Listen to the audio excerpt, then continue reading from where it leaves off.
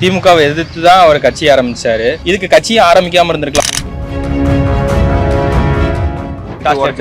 Remote தூக்கி அடிச்சாரு, இல்லாத சீன்லாம் போட்டாரு. இப்போ அவங்க கிட்ட போய் இது பண்ணிட்டு இப்போ ஒரு சீட் கூட கொடுக்க முடியாத அளவுக்கு இருக்காங்க. அவங்க அந்த அளவுக்கு அவங்கள வச்சிருக்காரு. இப்போ அப்படிதான் எதிர்பார்க்கறது, புதுசாக வர்றாங்க செய்வாங்க அப்படின்னு. ஆனால் அவர் செய்கிற மாதிரி இல்லை, ஐக்கியமாயிட்டே இருக்கும். இல்லை அப்புறம் இதுக்கு அவருக்கு கட்சி, அவரே போய் திங்காலே இருந்துட வேண்டியதானே. அவர் கட்சி அது வேஸ்ட் இல்லையா? அதுக்கு மக்கள் நீங்கன்னு ஒரு பேர் யார் வந்தாலும் அப்படிதான் இருக்கும். புதால பார்த்தா விஜய் பார்த்தா விஜய் அதுக்கு மேலே அழைக்கிறாரு, திசாப்னால அழைத்தாரு.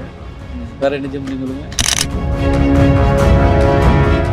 கூட இருக்கு கேக்கு பாஸ் கட்சி ஒன்னா இருக்கிறதுக்கு. நீங்க என்ன பண்ணிட்டு இருக்கீங்க ஒரு நாளா அது சொல்லுங்க. ஆட்சிக்கு வந்து என்ன பண்ணுவீங்கன்னு ஃபர்ஸ்ட் அதை சொல்லுங்க. அவங்கள மாதிரி இவங்கள மாதிரி சலுகை கொடுக்குறேன் அது கொடுக்குற அது பேச்செல்லாம் தேவை. என்ன பண்ணுவீங்களோ அதை நேரடியாக சொல்லுங்க.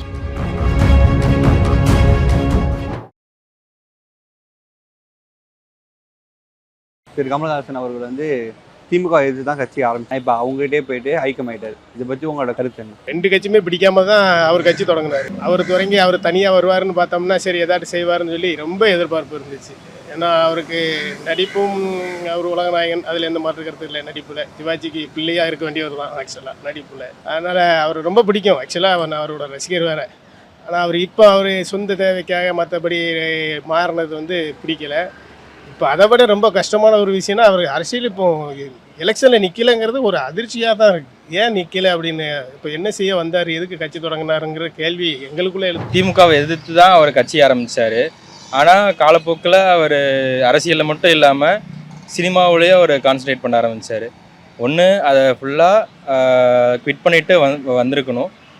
அரசியலில் பாதி அங்கே பாதி இருக்கும்போது இதுலேயும் மக்களை போய் அவர் சந்திக்கலைன்னு நினைக்கிறேன்.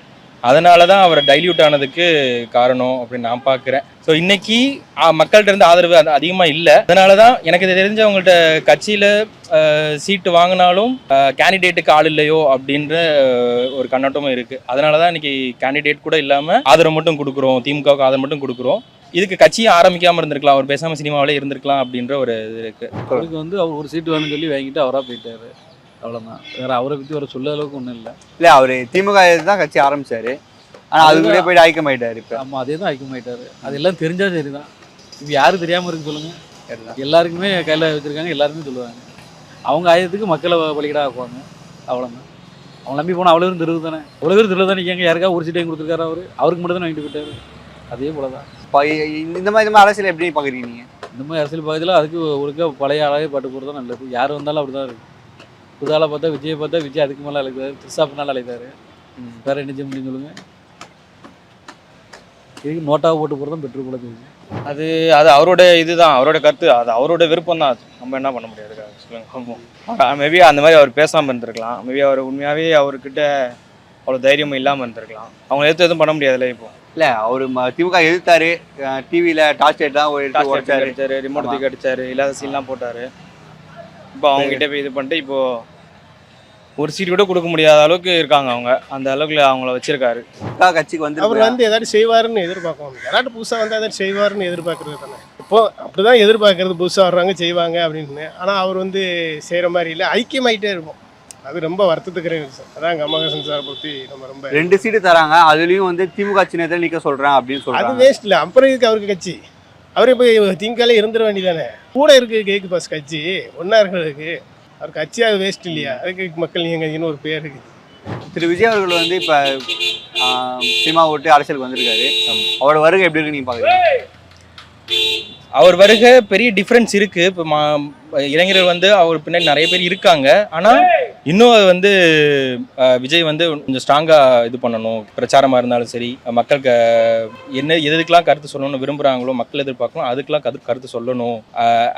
அறிக்கை மட்டும் விடுறாரு, வெளியே வரணும், வீட்டை விட்டு வெளியே கொஞ்சம் பேசணும் அப்படின்னு நினைக்கிறேன். ஏன்னா இப்போ தெருக்கூட்டங்கள் பார்த்தோன்னா கட்சி நிர்வாகிகள் தான் பண்ணுறாங்களே தவிர்த்து முக்கியமாக விஜய் என்ன சொல்லணும் அப்படின்றது மக்கள் எதிர்பார்க்குறாங்க. விஜய் தான் பேசணும்னு எதிர்பார்க்குறாங்க. அதை கொஞ்சம் கன்சிடர் பண்ணால் நல்லாயிருக்கும்.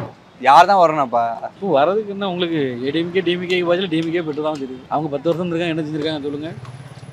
அவங்களுக்கு என்ன நடந்தது? ஒன்றுமே இல்லையே. பார்க்க போச்சல தெரியுது. விஜயாந்த் இருந்தால் விஜயாந்த் போட்டுக்கலாம், நல்ல மனுஷன் தான். அவர் இல்லை.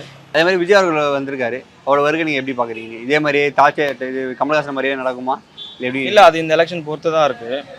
மேபி ஒரு பர்சன்டேஜ் கணக்கில் வந்தாங்கன்னா மேபி அவங்க நிற்கலாம், ஸ்டாண்ட் பை நிற்கலாம். இல்லைன்னா மறுபடியும் இவங்கள மாதிரி காணாமல் போகிறதுக்கு நிறைய வாய்ப்பு இருக்குது. நடிகர் வரிசையில் பார்த்தா அவர் ஒரு 10 12 இருப்பாருன்னு நினைக்கிறேன். அப்படி தான் இருக்கும். அப்படிதான், அவ்வளோதான் அவரை பற்றி. நிப்பாரா அதே மாதிரி கமல்ஹாசன் மாதிரி கரைஞ்சு போயிடுவாரா இல்லை கரையை தான் வாய்ப்பு ஜாஸ்தி, நிற்கிறது கஷ்டம். அவருக்கு புஷ் பண்ணிக்கிட்டு இருக்காரு தனியாக. ஆனால் இது வரைக்கும் இதாக வரான்னு தெரியல. விஜய் அவ்வளோ இல்லை. இப்போ பார்த்தா சீமான் கொஞ்சம் நம்பகத்தக்கமாக இருக்கார். ஆனால் சீமான் வந்து வர்றது கொஞ்சம் கஷ்டம்தான். ஏன்னா எல்லாரும் சேர்ந்தால் தான் கை தட்ட முடியுங்கிற மாதிரி சீமானுக்கு எல்லாரும் ஆதரவு தெரிவிப்பாங்கன்னு தெரியல. ஏன்னா சீமானோட கருத்து வந்து பொதுவாக இருக்கிறதுனால ரொம்ப பிடிக்குது. கொஞ்சம் தெளிச்சா படித்த பையங்க எல்லாம் வந்து கொஞ்சம் அரசியலுக்கு வரணும்னு நினச்சா சீமானை பார்த்து வரலாம். விஜயை பார்த்து வர்றது அது ஒரு ஆடம்பரமாக தான் இருக்க வழியா. அவர் சொந்த தொட்டு தான் செலவழித்து வராரு. பட் வந்தாலும் யாருனாலும் சொந்த தொட்டு செலவழித்து வராங்க. 5 வருஷம் செய்வாங்க. அப்புறம் இப்போ மட்டும் பார்க்கக்கூடாது இல்லையா, ஃப்யூச்சர் பார்க்கணும் இல்லையா. அதனால நம்ம சீமான்னு சொல்கிறது ஃப்யூச்சருக்கு நல்லா இருக்கும்னு தோணுது. 2024 உங்களோட ஆதரவு யாருக்கு? கடந்த முறை வந்து திமுக பண்ணேன். ஒரு மாற்றம் வேணும் அப்படின்னு நான் எதிர்பார்க்குறேன். நான் இந்த டைம் டிவி கேக் பண்ணலாம் அப்படின்னு இருக்கேன். ஆனாலும் அது விஜயோட இதை பொறுத்து தான் என்னோட வாக்கு. இப்போ கன்சிடரேஷன் வந்து டிவிக்கே. ஆனால் இது டிஎம்கேக்கு மாறவும் வாய்ப்பு இருக்குது. என்னோட ஓட்டு இப்போதைக்கு ஆசிலேஷன் ஸ்டேட் தான். அது விஜயோட பிரச்சாரமும் விஜயோட நடவடிக்கையை பொறுத்து தான் இது மாறும். 2024 உங்களோட ஆதரவு யாருன்னா இருக்கும்? யார் நல்லவங்க கொடுத்தாங்களோ அவங்கள பார்த்து போட வேண்டியதான். வேறு யாருக்கு போட சொல்லுங்க. தொகுதியில் யார் நல்லவங்க நிற்காங்களோ அவங்கள பார்த்து போட வேண்டியதான். முன்னக்கிட்டே யாருன்னு சொல்ல முடியும்? அவங்களும் அறிவிக்கல எல்லாருமே. அவருக்கு தானே சொல்ல முடியும். அதுக்கு முன்னால் யாருக்கு போடணும், யாருக்கு சொல்ல முடியும் சொல்லுங்கள். சொல்ல முடியாதுல்ல. அந்தந்த தொகுதியில் யாருக்கு நல்ல ஆளை விட்டாங்கன்னா நல்ல ஆளு நம்ம தெரிஞ்சாலும் மட்டும் போட வேண்டியது. இவங்களுக்கு தான் கிடையாது. நல்ல மனுஷம்னா போட்டு போக முடியும். 2024 உங்களோட ஆதரவு யாருக்கு இருக்கும்? நான் சீமானுக்கு, நாம் தமிழர்.